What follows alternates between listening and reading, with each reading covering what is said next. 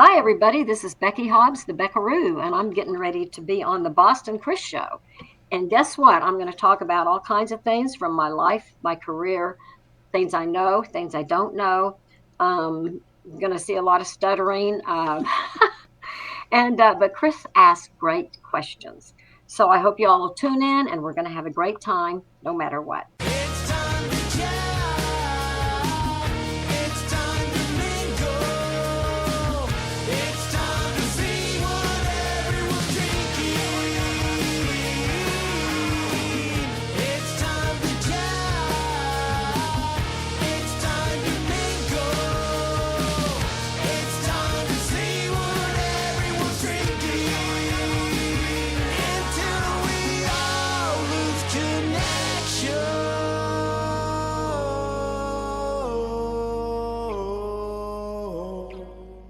Hey, this is Steve Dorff, and thanks for listening to the Boston Chris Show. Hey guys, welcome to episode number 48 of the Boston Chris podcast with yours truly, Boston Chris. And oh my gosh, we have a legend on the show today, the legendary singer-songwriter, artist, and playwright Becky Hobbs is on the show. From her website, Whiskey Voiced, Becky Hobbs is one of a kind. She is a gifted songwriter as well as a captivating entertainer.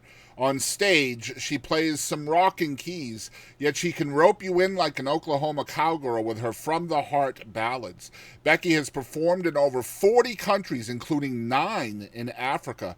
Her songs have been recorded by Alabama, Conway Twitty with the number 1 hit, I Want to Know You Before We Make Love, George Jones, Loretta Lynn, Kiss, Emmylou Harris, Glenn Campbell, Wanda Jackson, John Anderson, Janie Fricke, Lacey J. Dalton, Mo Bandy, Shelley West, Helen Reddy, Shirley Bassey, Jane Oliver, Ken Mellons, Charlie McLean, Johnny Bush, Demi Lovato, Kristen Chenoweth, Jamie Johnson, Scott McCreery, and the list goes on and on and on. She is the co-writer of Alabama's huge hit, Angels Among Us, which has been recorded by numerous artists and used by many charities throughout the world, including raising almost $1 billion for St. Jude Children's Research Hospital. We have the incomparable Becky Hobbs here on the Boston Chris podcast this week, episode number 48. We also include a live performance of Angels Among Us from the songwriter, Becky herself, from a performance at the Bluebird in Nashville from years ago. We're excited to show this song and some remarkable, candid conversation with Becky herself. Y'all check it out. Let's get into it. All right, guys. Yeah, we're here with Becky Hobbs, first time on the Boston Chris podcast. And Becky has been active in the music business since the early 70s. So almost 50 and a half years. How does that make you feel just looking back at that much time that you've been doing this? Yeah, and you know what? I can't believe it because inside I feel like a kid. I Yeah, feel like I'm still trying to get attention, still trying to make it. I love what I do. And guess what? It's only Earth years, right? that's right. That's right. Absolutely. Don't you wish it was kind of dog years, though? Because then we'd be like, 100 and whatever. Gosh, look, it's too early for math. We're not doing math today. So, we are blessed to be able to share a video with the viewers of course, probably your most iconic song that you were a part of, and that's "Angels Among Us," of course, which was cut by Alabama.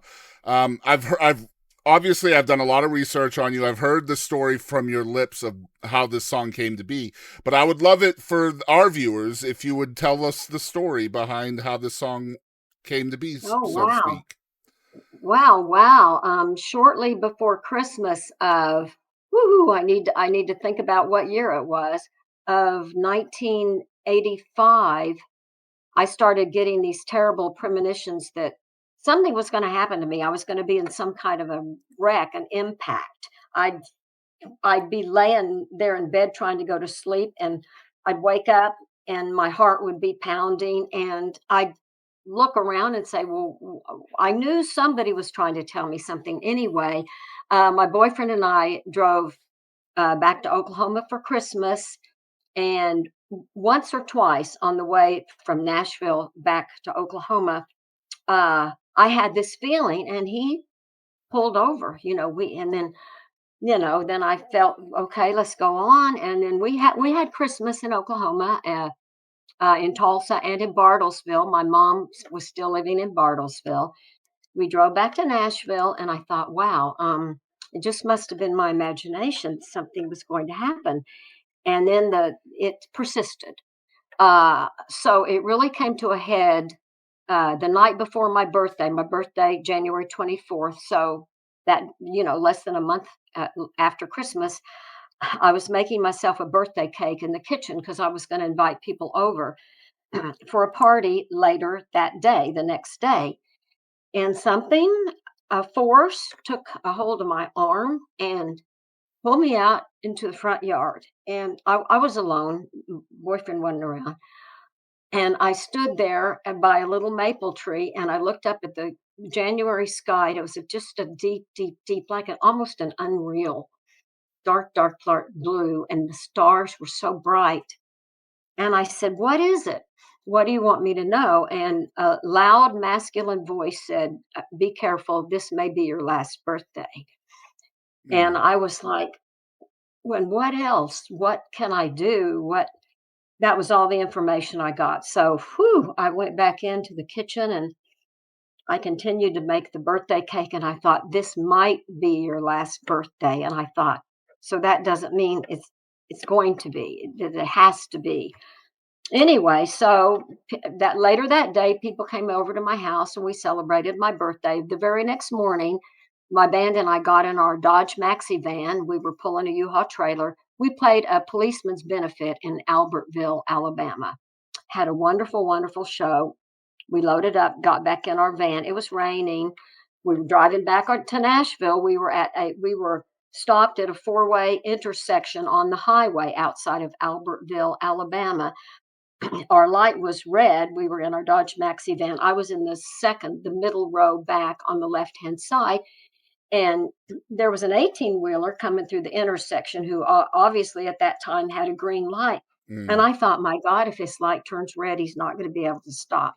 And lo and behold, I felt Randy, our road manager, I felt him take his foot off the brake, and I felt us starting to go. And I got that same feeling, and I yelled to him, "Stop."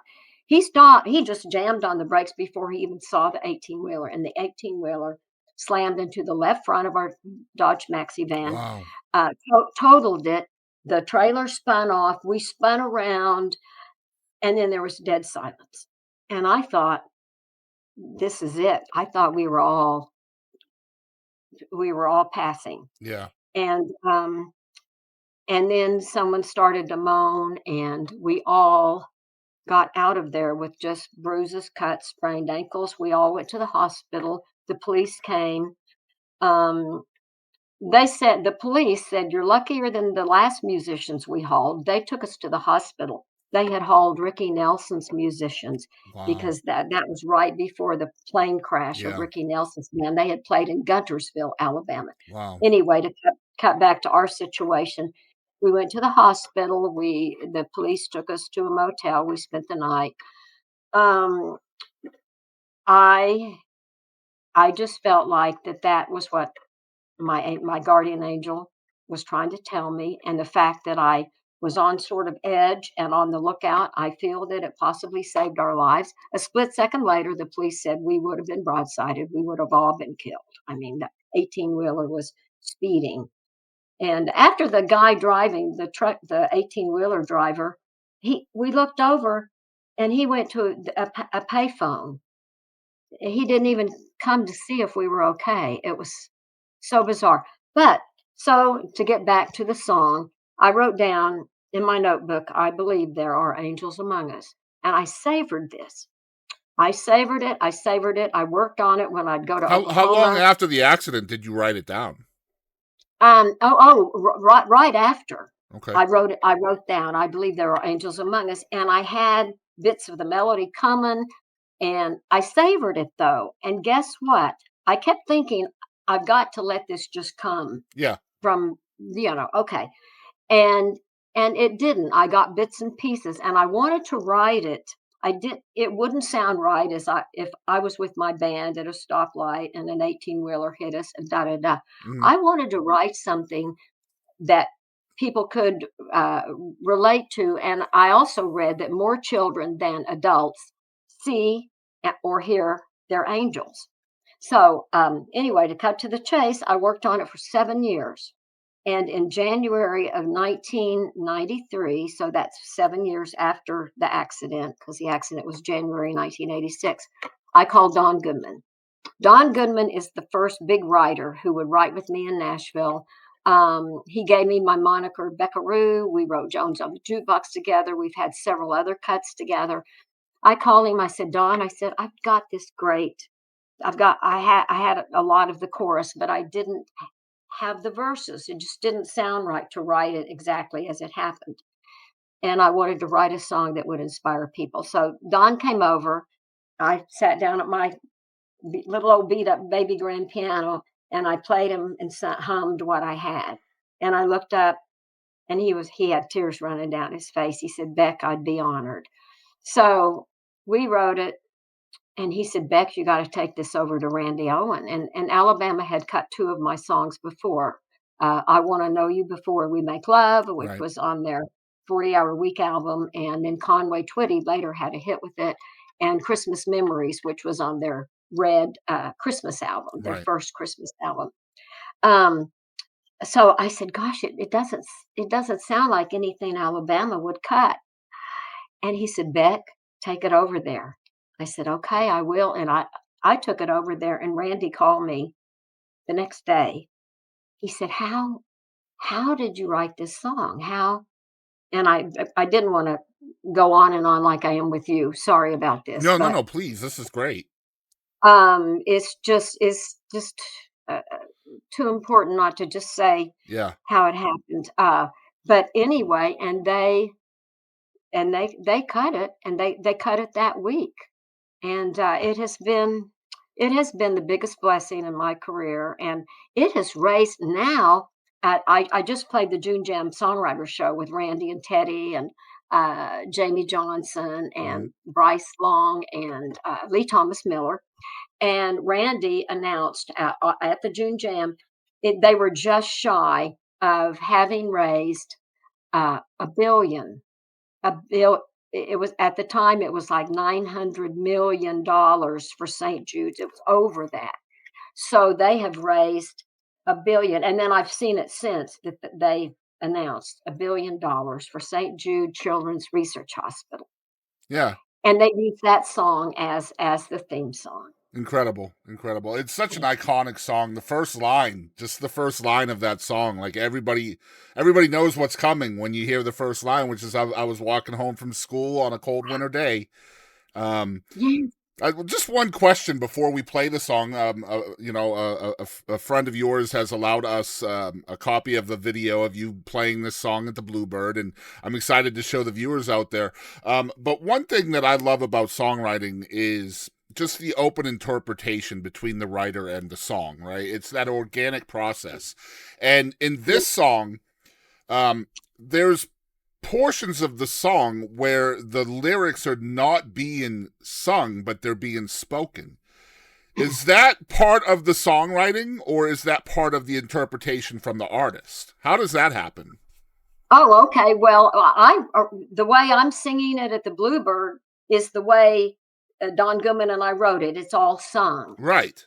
When Alabama cut it, yes, Randy spoke the first part of it, Mm-hmm. and that was all him. Okay. That was all him. And I thought, wow, but man, with an artist like Randy Owen and Conway Twitty and all the, all the great, wonderful artists that we've had through the years that are really unique and wonderful. They they have that instinct of how it will work for them to get Mm-hmm. it out there to the audience. And I'm still, when I do it, if as you heard on my video, I still sing the first verse because Right. that's the way it came. But I just woo. So And when have you you when heard you hear an artist's interpretation of your song, like Is there like, are you open to it as well? Are you like, wow, that's pretty cool? Or do you get a little bit angst, like a little angsty, like, no, don't be changing my song? A couple of times with other artists, I thought, why did he do that? Or why did she Yeah, do that? But then I thought, well, that's, if it was something like if they put a vulgar word in there or something right, like right. that, or really altered the message or something. But that hasn't happened to me. Okay. I've had so many wonderful artists. Conway Twitty, oh my God, Hmm. a songwriter's best friend. Right. Big time. What a love. Yeah. Yeah. Well, we're excited to have Becky here. We're going to show you guys a live performance from Becky doing Angels Among Us live at the Bluebird, one of the most iconic venues on earth as well, I feel.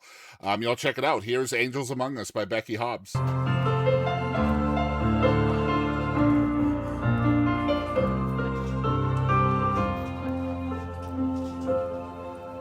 I was walking home from school on a cold winter day.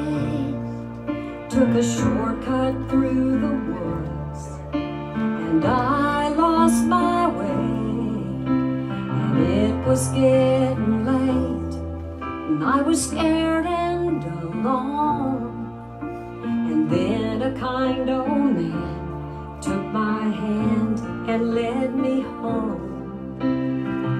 Mama couldn't see him, though he was standing there. But I knew in my heart he was the answer to my prayer. Oh, I believe there are angels among us, sent down to us from somewhere up above. They come to you and me in our darkest hours to show us how to live, to teach us how to give, to guide us with the light of love.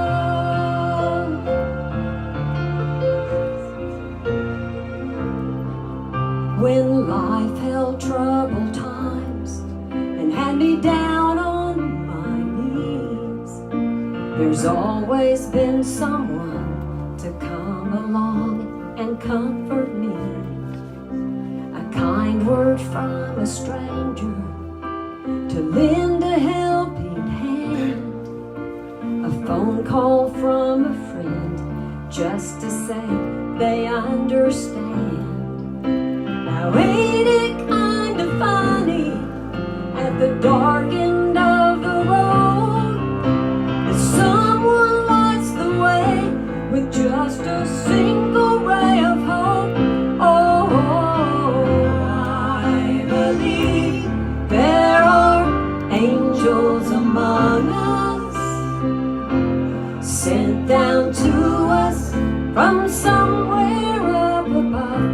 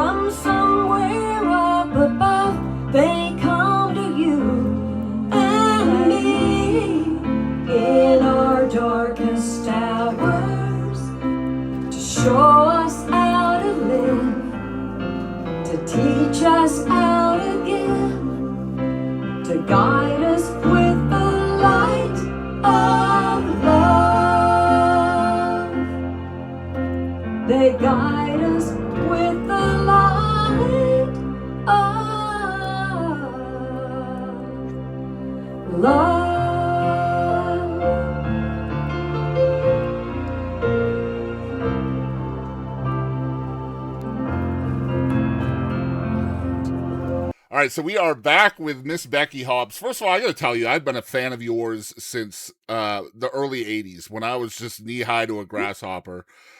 Really? Yeah, I've interviewed Mo Bandy on this show, and Oh, so you and Mo were kind of a consistent duet partners back in the late '70s, early '80s, and I um, just love him. He's such a doll. I Just agree. a And bright my dad guy. was a huge country music fan. Being from New England, that's very unheard of, right? Country music's not exactly a hotbed up there, but my dad instilled in me that love of country music. And, hearing George and Tammy and all of the Loretta and Conway, all of those iconic teams. And I always put you and Mo Bandy right up there, too.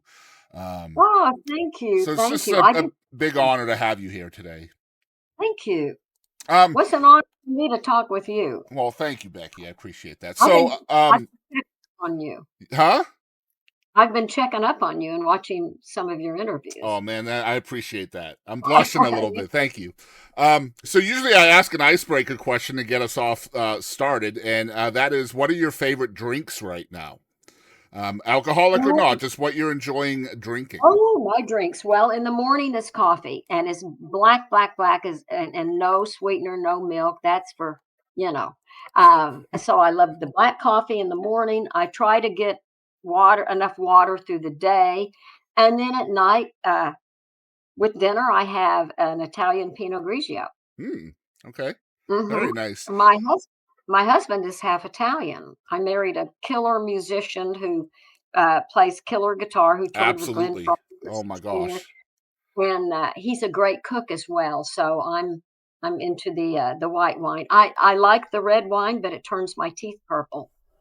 So That's I know, unfortunate. I It's know it funny. really is. One of the things I love, this is not drink related, I love melted peanut butter on like toast and bagels, things like that. But having a beard, the melted peanut butter does not go well with a beard. Like, so I'll come into Oh, the bedroom and the wife will be like, "You had peanut butter, didn't you?" oh my God! Oh wow, yeah. Like, Isn't it a lot of upkeep oh, for a beard? it's tough, yeah. And I used to have hair down to my butt too, so like it was even like triple the upkeep then. But Oh yeah, my wow. Well, shoulders are too bad to be taking care of hair anymore, so I had to get rid of it. oh my God. Well, I'm definitely not going to grow a beard. It's too much upkeep. Yeah, yeah, for sure. Well, I'd rather the beard than having to do all the stuff that you ladies have to do to get ready. So I completely, just a couple of combs through the beard is easier than all that jazz. So you grew up in Bartlesville, Oklahoma, right? Yes. And Mm-hmm. so, first of all, Oklahoma Music Hall of Fame inductee from 2015. So, um, obviously one of the best artists, according to them, ever in the state of Oklahoma or from the state of Oklahoma. But you kind of have a couple of things that I find very interesting from back in the day. As somebody who's very country oriented with your song cuts and as an artist with MCA, you've always kind of had that country identifier, but that's not how it started. You were a rock and roll chick back in the day, right? Yes. Oh yes. So first Very ever, you've been credited with forming the first ever all-female rock and roll band from the state of Oklahoma, which was called the Four Faces of Eve. Take us back to those yes. days. Oh yeah. Well, growing up, my dad was a music lover, and he not only loved the songs from his era, the 30s and the 40s, but he loved the current records, and he loved rock and roll. And now my sister, 3.5 years older, Barbara, she and I both took piano lessons. So when I was just like not 8, 9 years old, she was like 12 and 13, and she started buying Elvis Presley, Buddy Holly, Ricky Nelson, Jerry Lee Lewis, which is when I first heard The Killer. So I fell in love with rock and roll then. And then my sister went away to college, and the Bob Dylan, Joan Baez, the Byrds, uh, the Turtles, they became popular, and I loved all of that. I'm still a huge Bob Dylan fan, and I started playing piano when I was 9 years old, but then I also, when I was 14, I begged my parents to buy me a guitar, and they bought me a $25 folk guitar. So Beth Morrison and I formed a little duo. And then a year after that is when we started the Four Faces of Eve. And I was playing electric guitar. A friend of my dad's actually made an electric guitar patterned after the German guitar, the Frommes guitar. Okay. And I plugged that sucker in and cranked it up as loud as it would go. And boy, did I hold that guitar well. I mean, and I moved around. Later I realized that I was a much better keyboard player than a guitar player. But yeah, and our first all-girl band, we were too young to drive. We were 15 in 1965. So my dad and Beth Ann Morrison, and later her sister became our drummer, Mary Lou Morrison. Their dad and my dad would take turns driving us to the gig. And we would tell our dads we did not want the boys to see that our dads drove us to the gig. Of So course not. Yeah. we would have them like park around, you help us in with the equipment and then drive around and hide till the gig was over. And we thought, you know what, we're really going to attract the boys here because we're playing music. And the most we'd ever get from them is they'd come up and sort of hang their head and they'd say, "Well, you're pretty good for girls." Mm, And we go, "We'll show them." yeah. Yeah. I hate that, man. Yeah, you're either good or you're not. There's that, like, for a blank, for a girl, for a lady, whatever. That's dumb. I've always felt that way. So what are some lessons that you learned from your folks, your mom and dad, that you still kind of hold on to today? Oh my God. My mom, who's how I get my Cherokee blood through my mom. I'm descended through Nancy Ward, beloved Hmm. one of the Cherokee. We're all females except for my great grandfather. But my mom always said, "Take the high road, Becca. If somebody screwed me or did something, and I'd be upset about it, and I'd want to really get back at somebody," she said, "Becca, take the high road." Now, my dad never knew a stranger. And my dad would always say, "I'm just like Will Rogers. I never met a man I didn't like." Hmm. And my dad would drive through Bartlesville, the little town of Bartlesville. We had a '56 Chevy that my parents bought when it was new. And then as they would get a newer car, but we kept the Chevy. My dad would drive across Bartlesville and honking and waving at everybody. He'd have one hand out the window, one hand on the horn, beep, beep, just honking and waving. And here comes Mr. Hobbs. And he'd go to the grocery store to like pick up, you know, a pint of milk or something. And he'd be gone for like an hour. And my mom would say, "Well, what happened?" He said, "Oh, I got to talking to so and so." That was my dad. Yep. Really? Oh my Oh, gosh, we called him a gabaholic. He just never ever, and like he was always on his own time, right? Like, just if he had to be somewhere, or if somebody else was counting on him for a 6 o'clock appointment or something, he wasn't going to show up till 6:20. So, like, we always had to add an extra time for his gabbing. So yeah, we have that in common. So you mentioned that you started writing and playing piano at an early age, 9 years old. So obviously yes, you're a seasoned songwriter now, still trying to make it. That's what you said. You're still trying to make it, but you are a that's seasoned right. songwriter. So looking back, what advice would you give 9-year-old Becky Hobbs on her songwriting? Woo! On her songwriting, I think I would give her the advice that I took from her before I knew her. Mm-hmm. Um, just keep on write, because the more you write, the better you're going to get. And I just knew, I just knew it in my heart and soul that I'm a songwriter first. Mm-hmm. The performing part, it's fun when you're out there and you got your band. Or I still play songwriter shows, and I enjoy playing by myself at that point because I'm not, I'm not accustomed to loud monitors in my ears and Mm-hmm. loud drummers and all of this. And when I was out there touring, it was before, we had the ears. And Mm-hmm. and I've lost a lot of hearing in this ear. from a monitor just blasting, in my ear, because my keyboard was always sort of at an angle on stage and I was looking out over my right to the audience.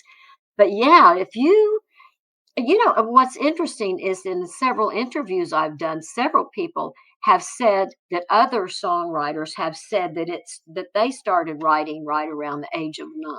Mhm. Have you heard that I before? have. I think. Yeah, I'd say Mhm. between 8 and 14 is when most people I've Mhm. interviewed have either started music, started writing, and I call that the formative years. And like as far as like just creative minds, I think that's when those things are being formed. I have a friend named Katie Lynn who was on America's Got Talent, and she started at like three or four. She was writing and singing and all of Wow. that, and but when she really started her songwriting part of it, was around 9 or 10, and by the age of 12, she was writing things that were relevant to adult love and things like that. It was crazy, like Wow. just an old soul, yeah. Um, Yeah, it sort of supports that, hey, we've all lived before, mhm. we've all been here before, maybe, or somewhere else before. Well, I feel like You know, I feel like most people. I mean, we're all creative beings, right? But like, I feel like the way it happens organically for people is different, right? Like, I feel like I'm more creative in a fashion of like writing questions out, being curious, inquisitive, things like that. Whereas someone like you're getting these melodies in your head and these yeah. lyrics and things that are happening just as part of your life. If you know Steve Dorff is who wrote "I Cross My Heart," Steve's amazing, but he's literally writing a soundtrack for everything he sees and hears as he goes through life, and he can't stop it. That just happens for him. Yeah, Um, I'll tell you something interesting about Steve Dorff. He produced my 3rd album every day on okay. Tattoo Records when I lived in LA, and I saw part of, your interview with him, and yeah, and I knew him. I knew him when he was sort of a little bit of an ornery guy, and he's a lot nicer now, you know? Okay. Yeah, yeah, and he would laugh and agree with that, but we are I know, we are old friends. I do wanna add something about, though, the people that are creative, at a young age and all. I started out, like, just drawing and painting in a corner, sitting quietly on the floor when I was, like, 3 and 4, Right. and it winning some art awards and stuff like that, in the visual art. So I think, so many of the different branches of the arts are connected, They are. you I know. agree. Yeah. And Mhm. as you get older, things change too, right? Like cognitively, we might not be as up there, or um, just there's a lot of things that change as you get older, and sometimes your creative juices can kind of shift from one thing to Yeah. another, which is interesting because it's happened for you. You've gone from being a songwriter and you've gone into being a playwright, and that's a shift Mhm. as you got older. And I definitely want to talk about that in a little while. But um, uh, so you, like we mentioned, you grew up in Bartlesville, and then you moved to Baton Rouge for a couple of years, which is a little bit different Yes. than Oklahoma, I would imagine, right? Yeah. You wanna hear how I got there? Yeah, I would love that. Well, the all-girl band, we went through several changes. The all-girl band from Bartlesville, broke up, and then I joined a all-girl band from Tulsa. And this band actually, we went on the road. So we had a gig at the Crazy Horse in Birmingham, Alabama, and we met a band called the War Babies from Baton Rouge. They were playing in Birmingham, and they came over to see us. Just that they had never heard of an all-girl band before, and they flipped over us and they said, "Hey, you need to come back to Baton Rouge with us because we've got a booking agent and he can keep you booked at the fraternity houses." It was right before Christmas of whatever it was, 1971 or something like that. Okay. And so they were in an old school bus that was painted psychedelic, like the Partridge Family. And we were in an international harvester Oh my truck gosh. that I had painted the hood. Oh my God. The grill I made into this big set of lips, this big smile, and then two eyes on the hood of it. and then it had like vines and stuff. I'm sorry about that. But anyway, so some of the gals rode in their bus, some of them rode in our International Harvester, and we all went back to Baton Rouge. And the guitar player, Courtney Westbrook, said, "Well, you can stay. I have it. You guys can all sleep on the floor in my apartment." He had a real nice apartment that looked out over a lake, and I'm thinking, and he's a musician. He must have come from money. Anyway, to cut to the chase, we all went back to Baton Rouge, crashed on his floor. The next morning, like there's a knock, knock, knock on his door. It was his girlfriend. He had a hard time explaining an apartment full of hippie girls sleeping on his floor. Anyway, they started Mid American Artists in Baton Rouge, Louisiana. They had a studio. Jim Brown and Lynn Orso and Danny Farragon. They booked us immediately at all these fraternity houses. Of course, we weren't making very much money. And I lived in Baton Rouge for 2 years. And the guitar player, well, a band called Swan Fox just happened to be looking for a keyboard player. And Louis Anderson was the leader of that band. And I joined Swan Fox. Mm-hmm. And that's when the all girl band, we went back to Oklahoma for Christmas. We broke up. I went back to Baton Rouge and I started playing with Swamp Fox. And so Lewis ended up being kind of a big impact on your career as well, because you guys, a couple years after meeting and being with Swamp Fox, you guys move out to LA. And that's when Yeah. things really started taking hold for you in the music business. Things got more serious for you in LA, right? Yes, they did. Lewis and I, Lynn Orso in Baton Rouge said, when you get out to LA, call this guy named Kim Fowley. Right. And he gave us Kim Fowley's name and number. He said he's sort of weird, but he knows everybody. So we called Kim Fowley, and we were just like, we were renting a house with like 4 other hippies. And Kim Valley shows up at our door, and it was like 95 degrees, and he's in a full length rabbit coat and full makeup on his face. And he said, I'm starving." And then he said, "Bitch," the word bitch. "I'm starving, bitch. Can you cook?" Wow. I said, "Well," and I said, "Well, I can make scrambled eggs." Anyway, but that was just the way he talked. He talked like that, but inside he was good as gold. And so he took us around. He introduced me to Lou Adler. I auditioned live for Lou Adler on the old upright piano that had been in Carole King's writing room in New York. Mm-hmm. My hands were shaking like crazy.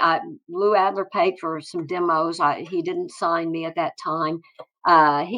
Kim Fowley took me around, but what really made a difference in my life, I was walking down Hollywood Boulevard, and being from Oklahoma, I just smiled and said hi, to everybody. And it was the hippie movement had just sort of passed through LA, so young people were still sort of friendly and Mm-hmm. saying hi to each other. And this cute guy walked by, and he did a double take, and I said, "Well, hi, I'm Becky Hobbs," and he said, "I'm Tornado Warren." His name was Tornado Warren, and to this day, I don't know his last name. If anybody out there knows who Tornado Warren was, let me know.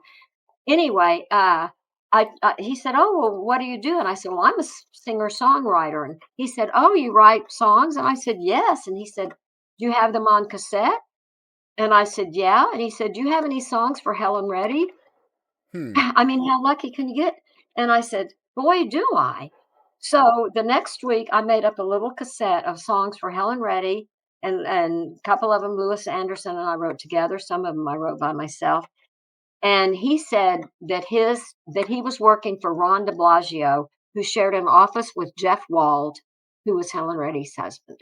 So I took my little cassette up there and gave it to Jeff Wald, and everybody was really nice. And the next week, I got a call, and Helen Reddy, that was our first big cut. She cut "I'll Be Your Audience," and it was on her Free and Easy album. Lewis and I wrote it, her Free and Easy album, and also Live at the Palladium. And then after that, she cut.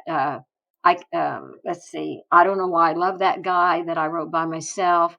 and then Long Distance Love when Kim Fowley produced her, like in Mhm. the next year or two, and then I Can't Say Goodbye to You, which did well for her.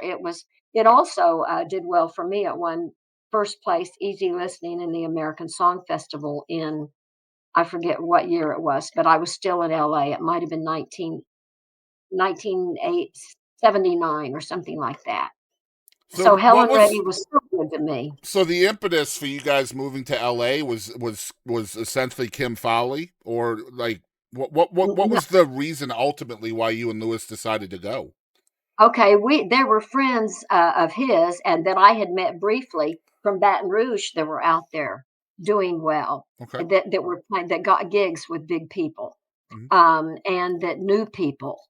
And so I think we both Lewis as a songwriter was more advanced than I was at the time. He was just a natural, he wound up he wrote Whatever Happened to Old Fashioned Love that was a big hit for BJ Thomas, and he had a whole bunch of cuts. He was BMI Songwriter of the Year one year. He was a natural writer. Now I would hear the melodies in my head. I had to work to hone the lyrics. Mhm. That was my challenge when I first started writing, is really, get a good hook and support the hook, and not have throwaway lines, I love you baby, or something that Mm. you've heard a million times. But that we did not know, we didn't meet Kim until, we called him after we got there. But we just knew that a lot of people from Louisiana and Oklahoma, of course, had tons of people that went out to LA. And of course, I've been a Leon Russell fan ever since I knew who he was. The year I went to Tulsa University was the year that Mad Dogs and Englishmen played at the old Bradley Theater in Tulsa. So when I was a freshman at Tulsa University, I was there seeing Leon Russell and, oh my, Rita Coolidge and Mhm.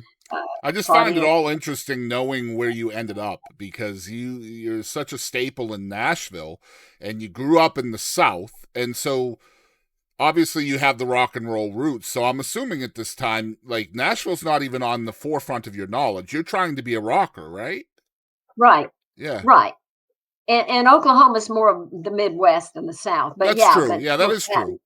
yeah, so Midwest, and then, of course, going to Baton Rouge, that's the South. Yeah. And then LA was like, I loved the hippie movement. I loved all the mamas and the papas and the birds and all those great songs. Um, uh, so it just seemed like, yeah, that's the land of, milk and honey. Yeah. And I was out in LA for 9 years, and I loved my years in LA. I was out there when the urban cowboy craze came in, and I wound up playing at every honky tonk in that area. And believe me, at that time there were lots of honky tonks. Mhm. I played the Palomino, the Ranch in Garden Grove, the Roundup in Chatsworth, Crazy Horse down in Santa Ana. Tons of country venues out there, Okay. and some of them it had the San Juan. Oh, I can't remember the one in San Juan in Capistrano. I can't remember the one there, but just all kinds of some that had been there for a long time. So was your musical mentality kind of shifting while you're in LA from the rocker chick to being more of a country-based artist? Yeah, it was like when the urban cowboy craze came in. I thought, man, I mean, huh, I'm a natural for this, Mhm. and I truly loved it. I loved well, and I grew up with those songs too. I mean, of course, the rock songs that I love, but my mom was a country music fan with Patsy Cline and Jim Reeves and George Jones and Johnny Cash. Mhm. And then years later, I had the honor of meeting all of these artists that just, Well, I find it so interesting because your music as an artist, not as a songwriter here, but as an artist, that you've always had kind of a grit to you. mm, You know what I mean? Like, Yeah. country is country, and you've always had that traditional country. But like, vocally speaking, I always found like a grit within your artistry when it came to your brand of country music, which I always found interesting. And so then when I started reading about you and knowing that the background was more rock and roll, southern rock kind of stuff, I was like, okay, that kind of checks out then. Was that Yeah. there? Is that hard to lose? And when you're in Nashville and kind of recording music for the label and stuff like that, is there any conversation about that grit? Um, I I know that, like, when I worked with Richard Bennett, whom I just love, he liked the grit, Mhm. and early on, some people would say that I reminded them of Skeeter Davis, Yes, absolutely. Morgan, and whom I absolutely loved so much. Yeah, I think that's what made me different, Absolutely, yeah. Yeah. because I just had, I have this voice that, I mean, years before I probably thought, gosh, I wish I, had a sweeter sound or something, but I'm glad that I didn't, and that I don't, Hmm. because, you know, I'm glad I'm not I the only one that noticed that, because it's pretty apparent in your records for sure.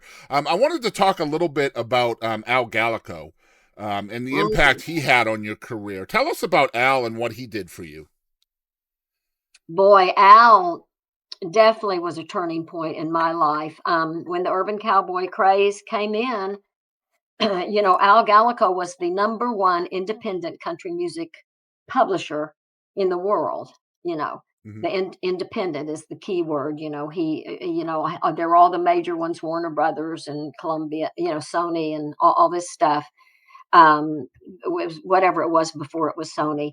But Al, he continued to live in L.A., but he signed Billy Sherrill, Nora Wilson, nor, oh gosh, Glenn Sutton. He has copyrights on the biggest songs: "Stand by Your Man," Hmm. "Happiest Girl in the Whole USA," Donna Fargo, etc., etc. But I just made an appointment and went in to see him, and I Can't Say Goodbye to You was one of the reasons that he signed me, and a song I wrote called I'm Gonna Love You Tonight Like There's No Tomorrow, and a couple more. And he was cool because when you played a song for Al, he either liked it or he didn't. Some Hmm. publishers start meddling and they Yep. go, "Well, I think you need to do this or you need to do that." Al would go, "Yeah, yeah, yeah, I like that kid. Yeah, yeah, yeah. Okay, play me another one." And then if he didn't like it, "Nah, nah, nah, play me another." So, after, he signed me, and Honky Tonk Saturday Night that Mike Martin and I wrote, and Hmm. Mike Martin later became Martin Del Rey. Now we started playing at a place called the OK Corral in Lakeview Terrace, north of LA, and that was a wild and rowdy place. I mean, they would still have fights out there. A lot of the movie actors lived in the canyons around there, and they'd like ride their horses Hmm. to the OK Corral and Wow. hitch them up. And one night, some guy came in. He was so mad because some guy's horse had kicked his brand new Mercedes because it was all out in the same parking lot. But anyway, so getting back to Al Gallico, so Al also signed me on the strength of Honky Tonk Saturday Night. And he picked up the phone to call Jerry Kennedy, and he says, "Jerry, Jerry, I got this girl. Yeah, yeah. Her name's Becky Hobbs. Yeah, yeah. She writes good songs. Yeah, she sings great. Yeah, yeah. She looks good too. You gonna sign her?"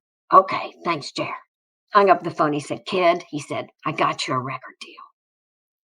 Is that with I'm with Mercury? Yes, Wow. yeah, Just like yeah. that.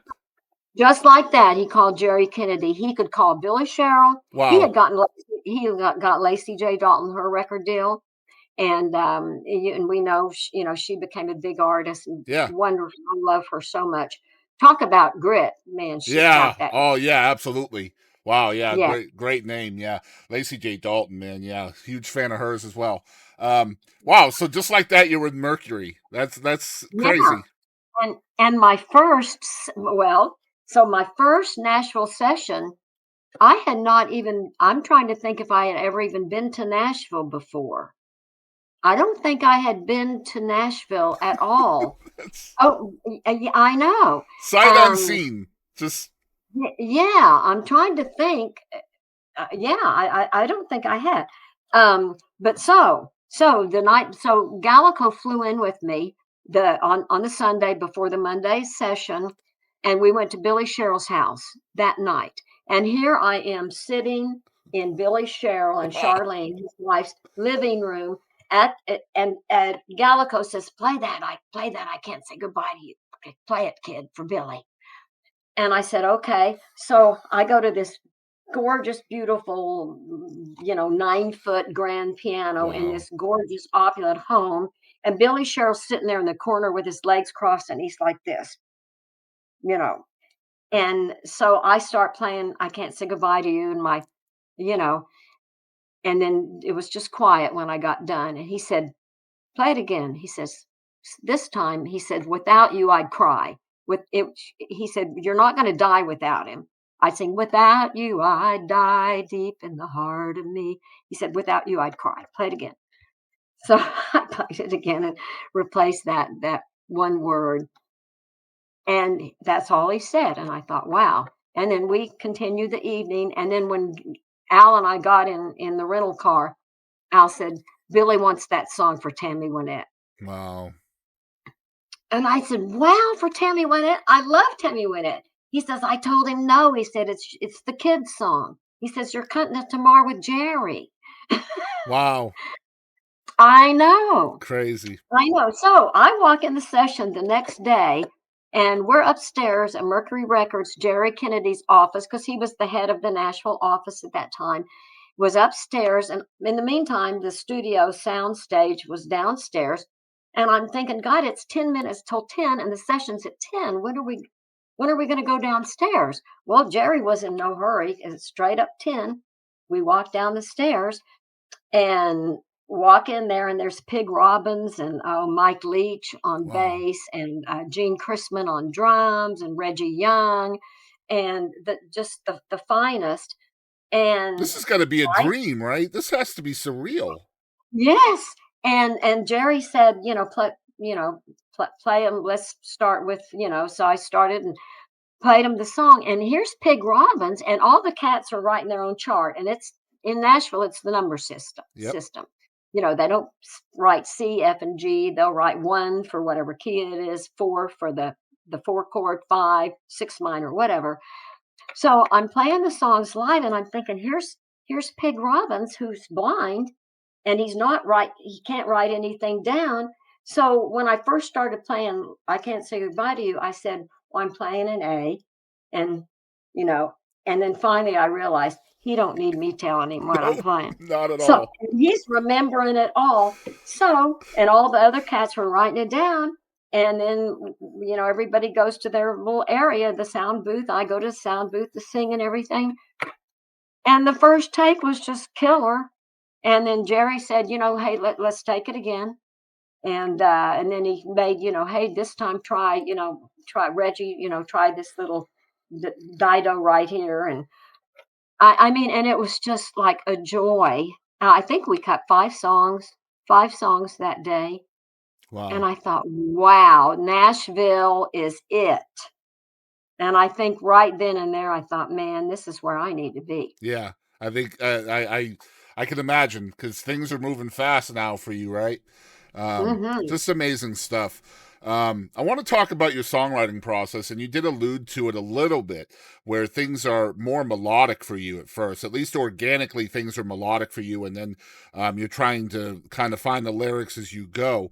Over the course of time, the evolution process for you, the way Steve always put it, because he's very melodic as well, is he would Hmm. search out for co-writers who were more lyrically based and less melodically based, because that kind of jived with who he was.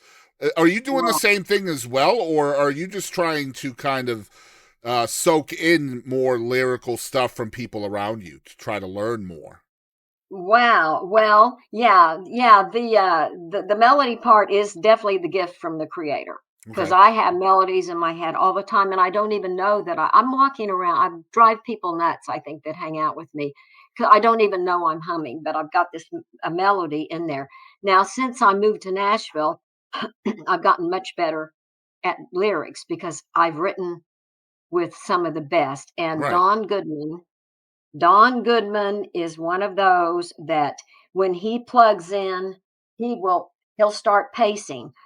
Just like the very first day we wrote together, we wrote Jones on the Jukebox. Hmm. And he and Mac Vickery had started it in the Hall of Fame motel bar room the night before. They had a title, and that's about all they had.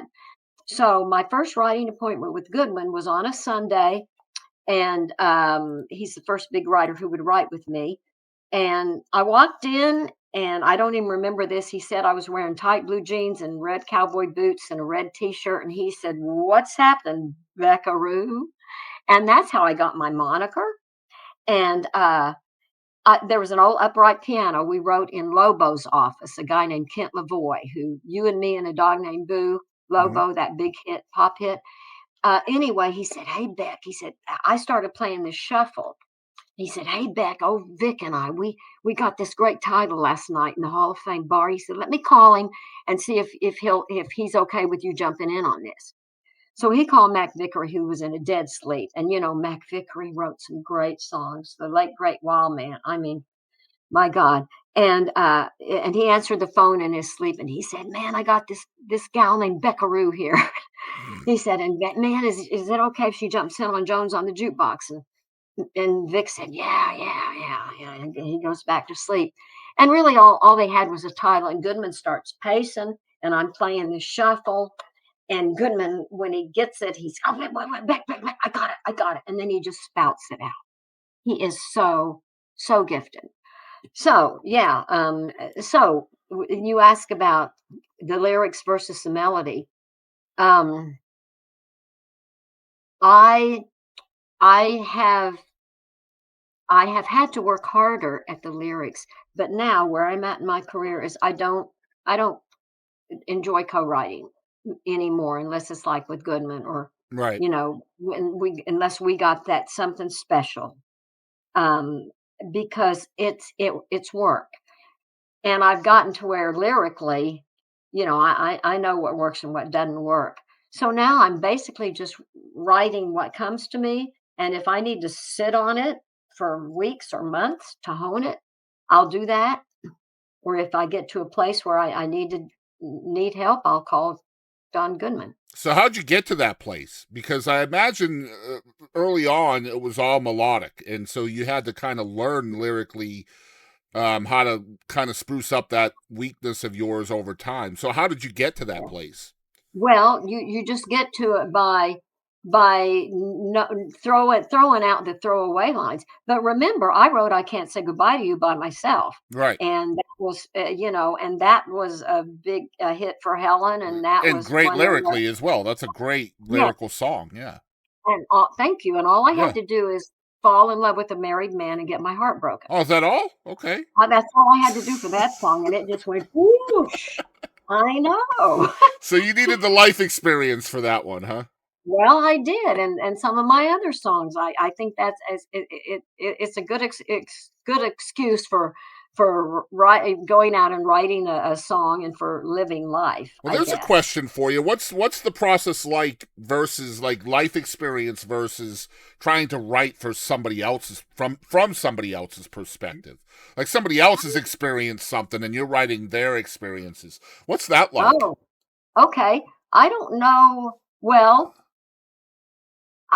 pretty much anything I've written by myself, I've written from my own experience. Right, of course. Or I'm really into writing songs Well, I know a now lot of that. times when you're a Yeah, songwriter, you can hear somebody else say something. Like you're eavesdropping all the time, right? So, right. like That's you right. hear a line or something that might be a good hook from somebody else. That's kind of what I'm referring to. Like you hear it from their I got you. perspective. And so how do you I flesh that out when you didn't live it? Right, right. Okay. Um, that's a good question. It does remind me though when you're out with a bunch of fellow writers, if some table next to us, if we hear a great line, all of a sudden everybody just shuts up Yep. Hmm. because everybody wants it for themselves. Um, I see what you're saying. Yeah. I That's interesting. I always try to bring myself into it to be able to relate whatever situation this person was talking about to something in my life. So it comes from somewhere honest. Hmm. But then there's songs that, well, like Rubba Dubbin that Don Goodman and Stan Paul Davis and I wrote, uh, we just wrote that sort of a fun tongue in cheek song. And then Ken Millens, had a hit. Did a great record Yeah, with that that song. was a good That was song too. fun. Yeah, yeah. Yeah. But all the cheating songs and all the love songs and pretty much all that, I think I lived them. Yeah. Well, that's always an interesting process to me because I know there's a lot of hits out there that were written from somebody else's perspective, and it's always interesting to me because I would feel Yeah. like, obviously, I've never written a song, but I would feel like the things that are most passionate to me are going to be the ones that are delivered better across the paper, right? Across the pen and paper. And Mhm. trying to be passionate from somebody else's perspective would seem to be there would seem to be a disconnect there. And so I always Yes. find that interesting. Anyway, Yeah. Well, go ahead. yeah, I've noticed that in co-writing, you know, writing, I can tell when a couple of guys have written a song that they think a woman would like to sing. Hmm. You can sort of just sniff that out. And that's something that I don't like about co-writing sometimes is that it just doesn't there's some heart that's lost Hmm. in trying to be too clever maybe or something like that. That's Well, you've written over 2,000 songs. This is self-proclaimed. I've heard you say this in other interviews, and I find songwriting to be interesting, and this is why I always have songwriters on the show because it's just such a mm, cool thing to talk to the people behind the curtain, kind of the Wizard of Oz, so to speak. But I find mhm. songwriting to be interesting because it's one of the few things on the planet where you can have success at it, and then you cannot repeat what you did for that to get success again. You can't write the same song twice. So I always find it interesting from the people who have had multiple successes. How do you go from one to the next? Because you can't just rinse and repeat, or you're just writing the same song over and over again. As somebody with so many cuts, how do you start with a fresh sheet of paper every time and make it different? Well, now I write less songs. I used to be writing just all the time, and when I say I've written over 2,000 songs, most of them are sitting in drawers. Of course. Right, Because they'll right. never see the light of day. And then probably in going through them, I since they weren't released or weren't copyrighted, I stole from myself. Right. You know, Hmm. because I took maybe, ooh, yeah, um, yeah, that's a good question. Now, if I don't feel like it's great, like I have a couple that I've written by myself that I feel are just great songs. The hardest part now is getting the songs to the artist because it used to be Hmm. in Nashville, I could be out somewhere and I'd have a cassette in my purse. And if I saw, oh my God, there's Billy Sherrill, there's Glenn Sutton, there's Nora Wilson, there's, um, Tony Brown. Uh, Boy, have I used to run into George Strait when he'd sneak in. If he put on a ball cap, nobody knew it was him. That's He'd go true. to the Sunset Grill and nobody'd bother him. And, he and I would be chatting away. Um, I, let's see, getting the song to the artist. It was easy because it was physical. It was just And hitting the bricks back then. Just hit the bricks. Start knocking on yeah, doors, essentially, right? exactly. And you know how I got my very first Alabama cut, I Want to Know You Before We Make Love. Um, I had met Alabama at one of the little outdoor songwriter shows right before they had just gotten their record deal and maybe had their first hit. Uh, but anyway, um, let me think of where I was going with that. Oh, I had started being on the charts, and I did the Nashville Now show one Hmm. night, and I heard that Alabama was going to be on the next night, and I knew the guy at the guard shack because I had just been in the night before to do the show. So I put "I Want to Know You Before We Make Love" on a little cassette, and the next night, knowing that they were going to be coming in, I gave little cassette to the guy at the guard shack to give to Randy Owen.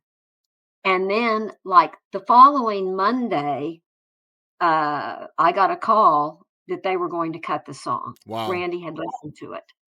So, and then I've gotten other cuts just by handing someone a cassette.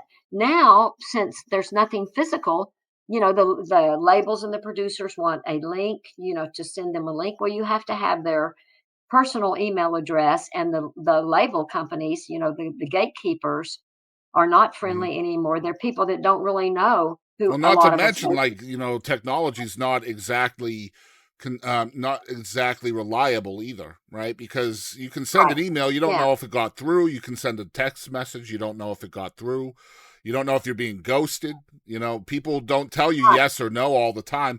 It's essentially really the same thing as handing it to that guy in the guard shack. You don't know if it's going to get to Randy Owen or not. There you go. Yeah. I know. It's crazy. And all the publishing companies have their writers, and a lot of times there's multiple writers on a song.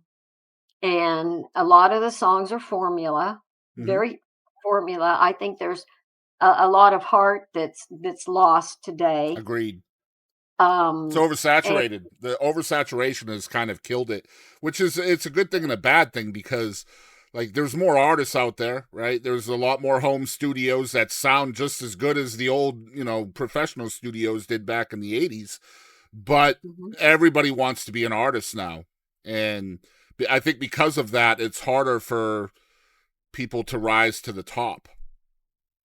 Yeah, there are so many, and it used to be that artists would last a while on Absolutely. the charts, Hmm. and now it's just like there's somebody new every day, Hmm.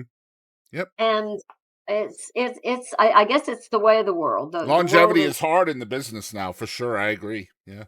it really really is, and there's less live venues too. Hmm. Yeah, and touring is less important because of social media and the different Hmm. platforms. YouTube, you don't have to leave the house to see a concert anymore.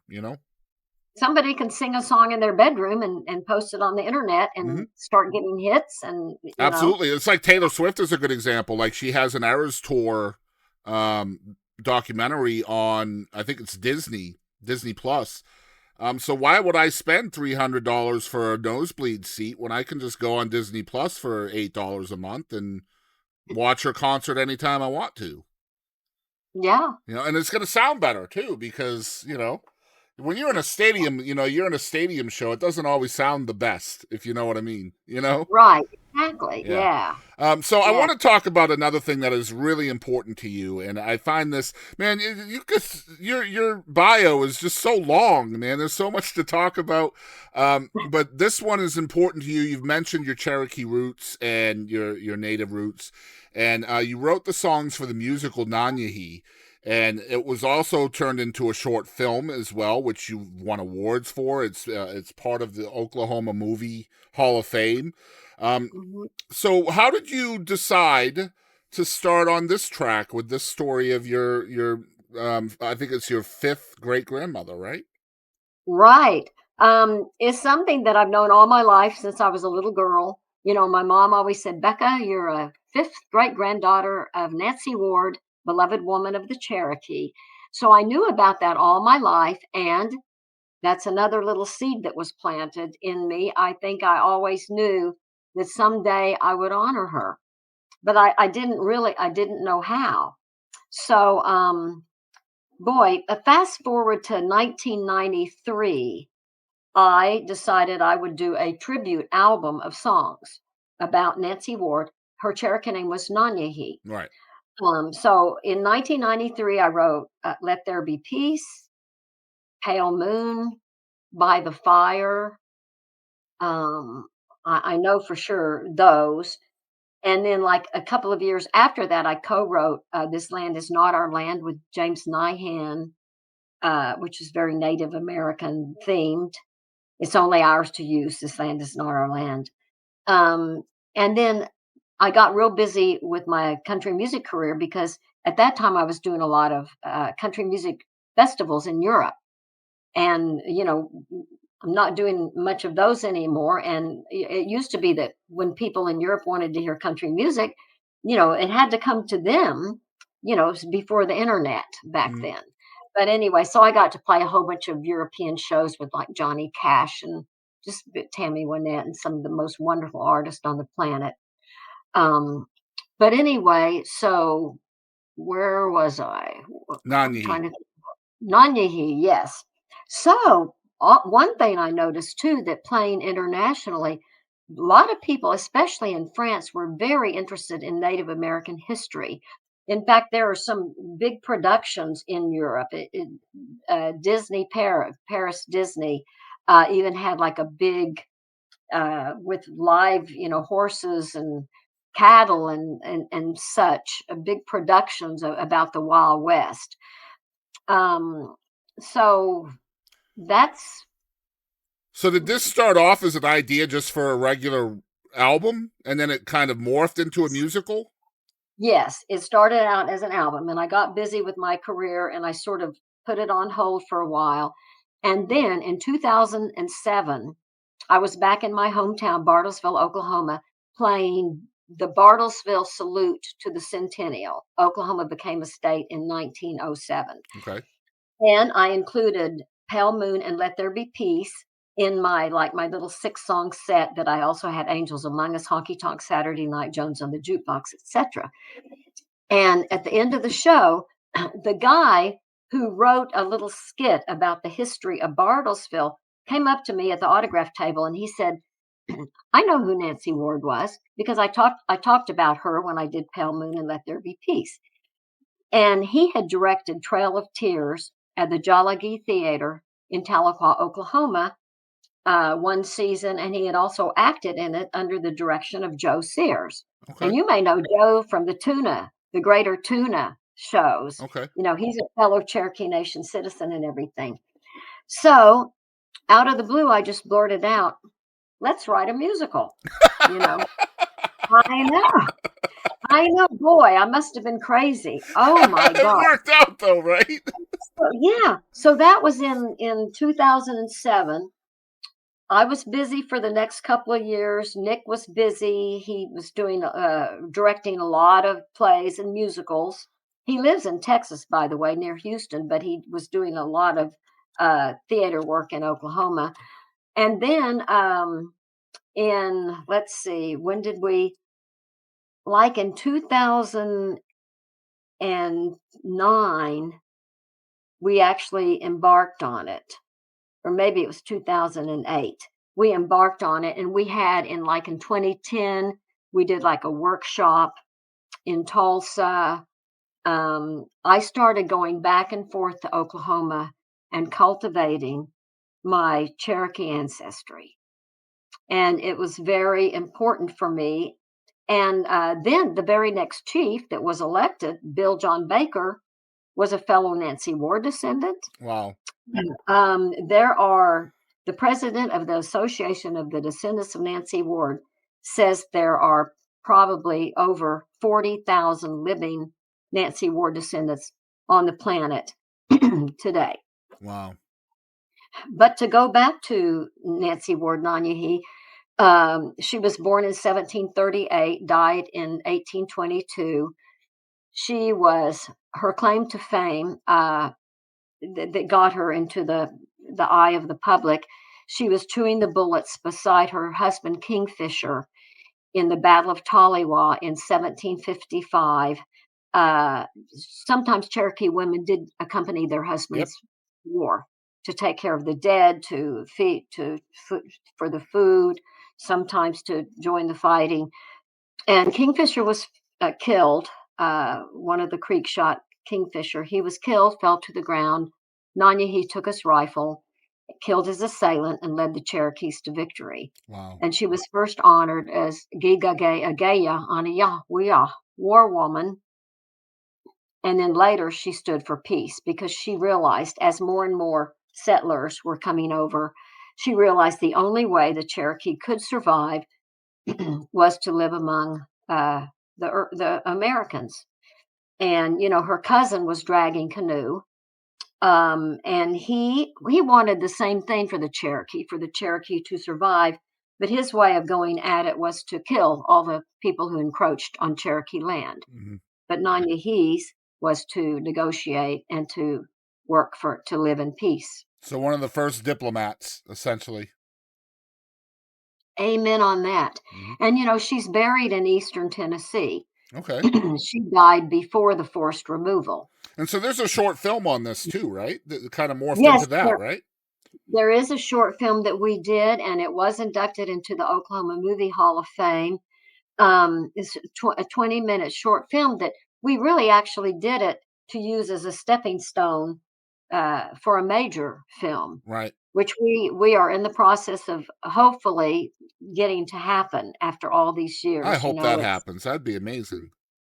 Thank you. Thank you. The musical is rocking, though. We had our 13th and biggest production this past year with Academy Award recipient Wes Studi playing Peace Chief. I got to say, first of all, 13 productions. That's impressive. Just very, very impressive in its own right. Like, congrats on Yeah, that. yes, it is. And we've had productions in 4 states. And our home theater is the Hard Rock in Tulsa. Mhm. And it is, Tulsa in Catoosa, actually, which is part of Tulsa, which is part of the Cherokee Nation. And actually, my hometown is within the Cherokee Nation, Bartlesville. Mhm. So I've really gotten into my Cherokee history. It's very important for me. The Cherokee tribe now is the largest federally recognized tribe in the country. There's over 470,000 Cherokee Nation citizens. We've surpassed the Navajo, and we've got a great chief and just a wonderful.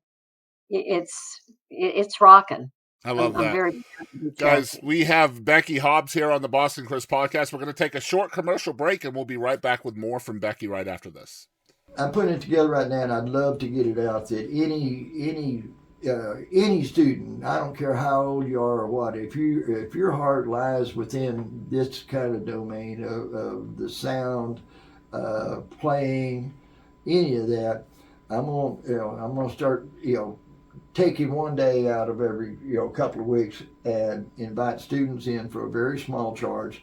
And I will tell you whatever you want. Any question you got, I'll try to answer it. Well, I will certainly put that out there. I'll make this a little ad for you, and we can share it Because everywhere. they'll have full access to the studio, everything. I can tell them everything about how all of this started from analog into the digital world, and you'll be able to have hands-on.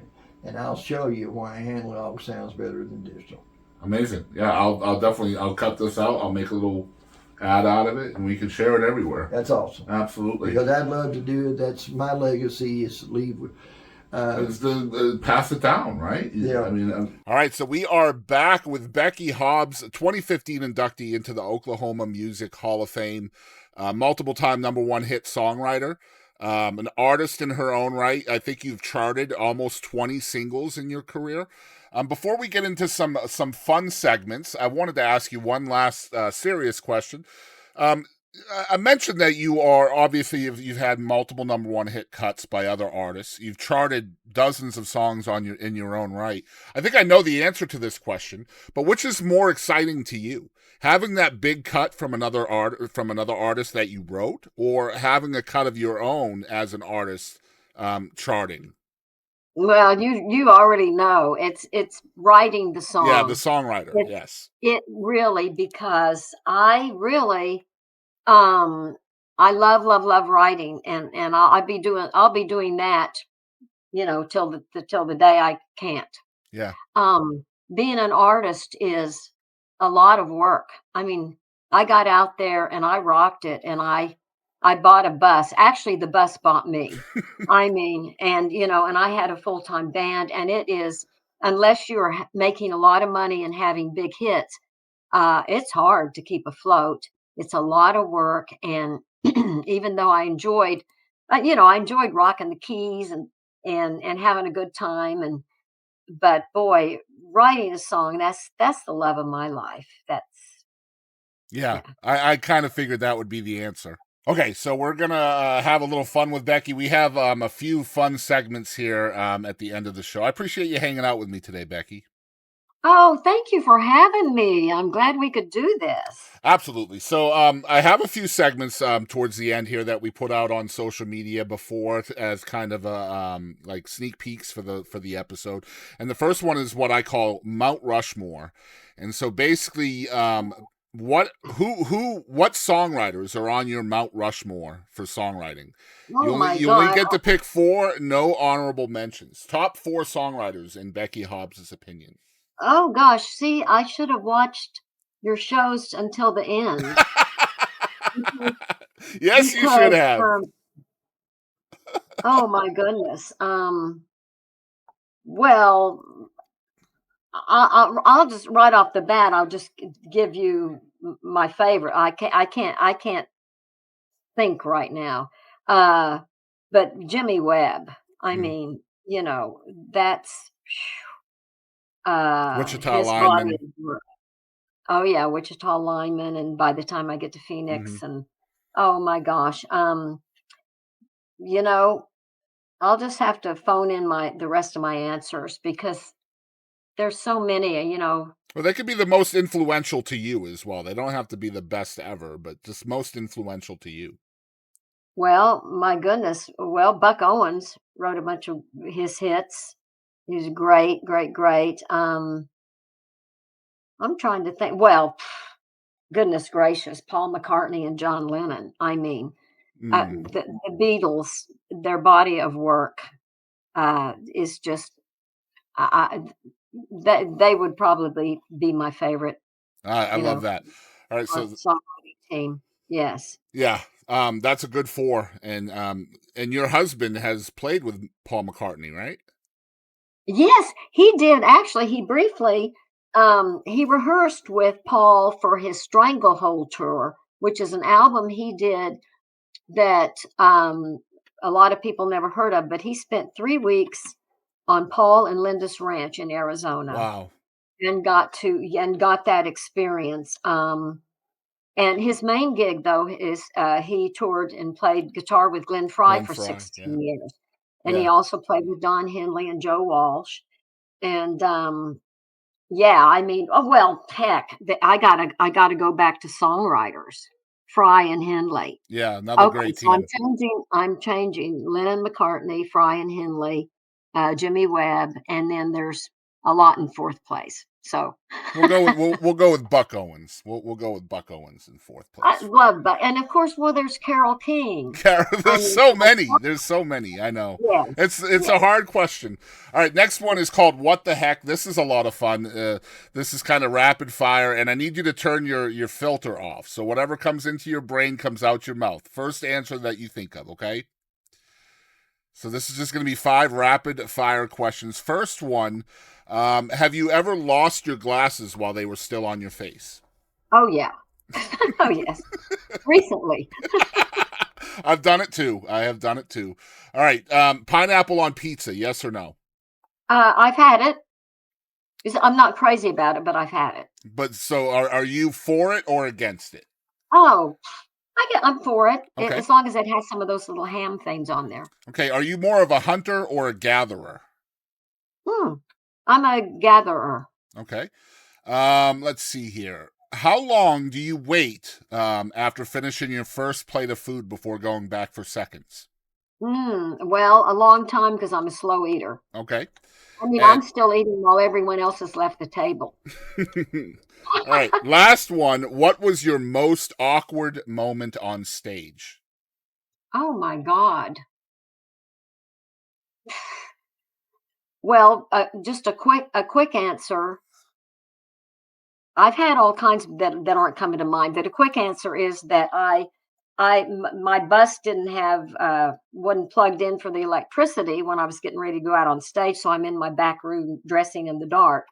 And once I got out there on stage, I'm looking down. I realize I have on 2 different colors of boots. There was the same style, but they're 2 different colors. I mean, and that is so minor.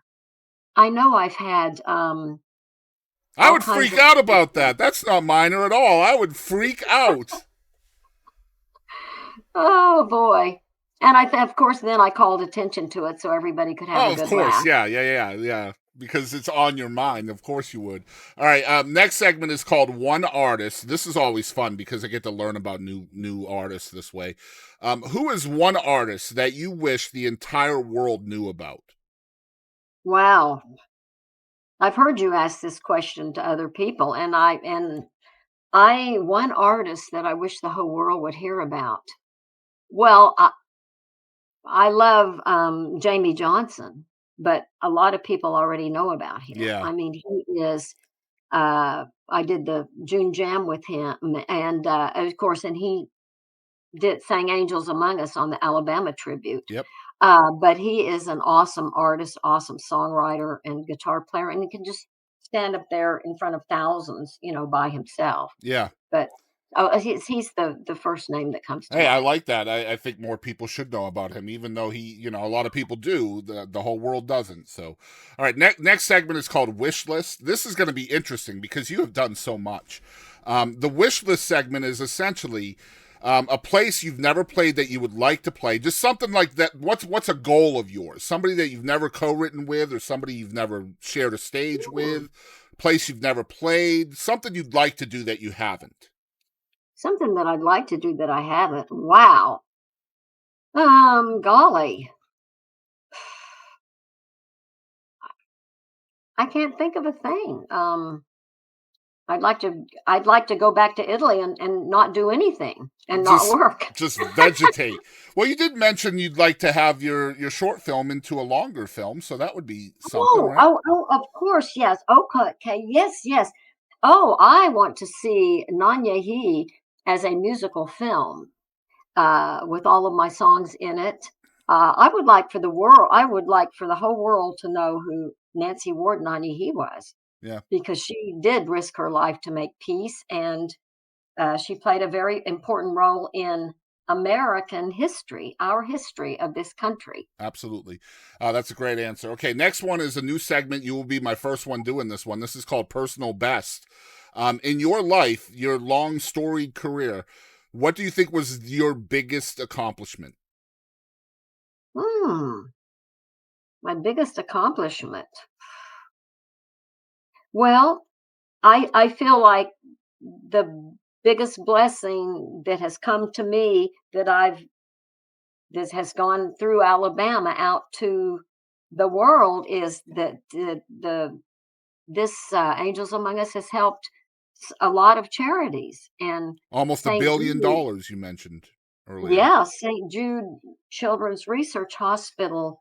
Um, they, and I've done quite a few songwriter shows in Memphis when Country Cares was on the radio, and Randy would invite me to do the songwriter in the rounds when all the radio guys would come in, and we would tour. We would go through the hospital, and it is a happy, hopeful place. Hmm. The little kids in there, the colors are bright and the stuffed animals, and the little kids are brave and smiling and happy, and the respect and the love that they are treated with, and the kindness there, and the heroes of the doctors and nurses and the people that actually, and Angels has also been used for a lot of other organizations. Yes. So I mean, to me, that's been the biggest gift I've ever gotten is that song because it gives to other people. I love it.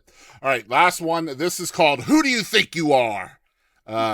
This is a self-inflection question. Who is Becky Hobbs? I'm still trying to find out. Uh, I think who really?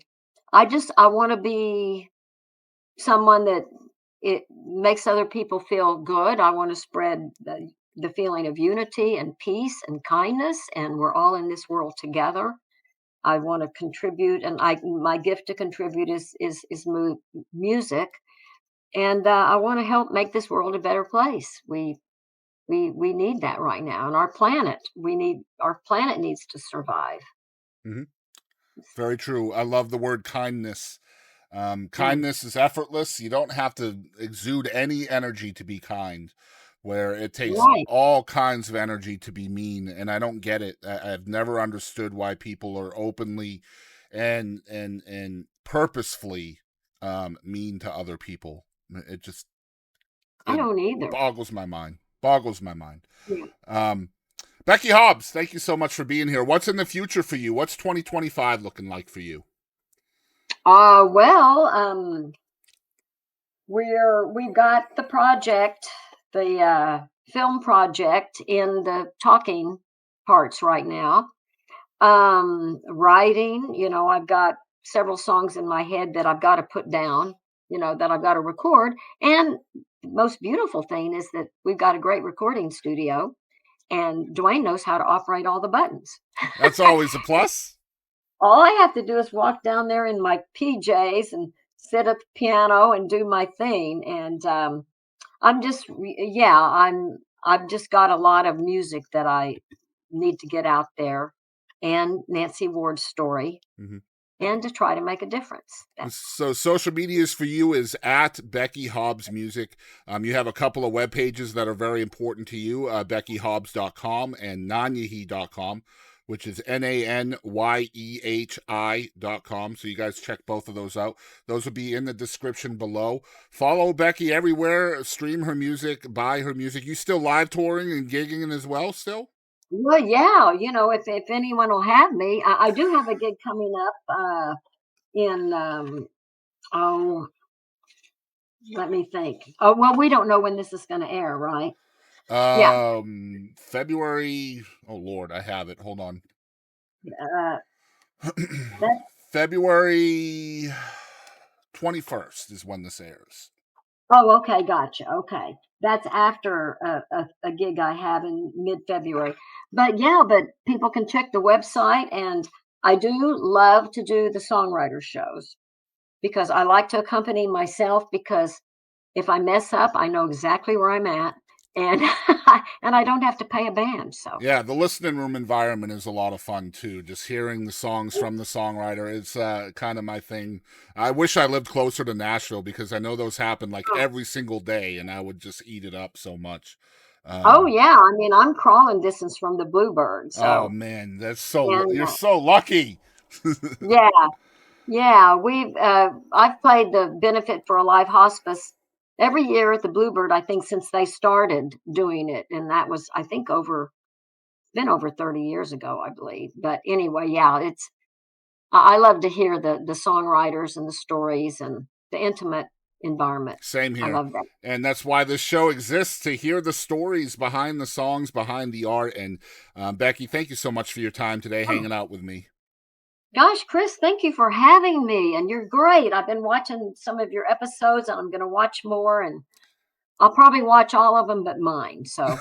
You better watch yours.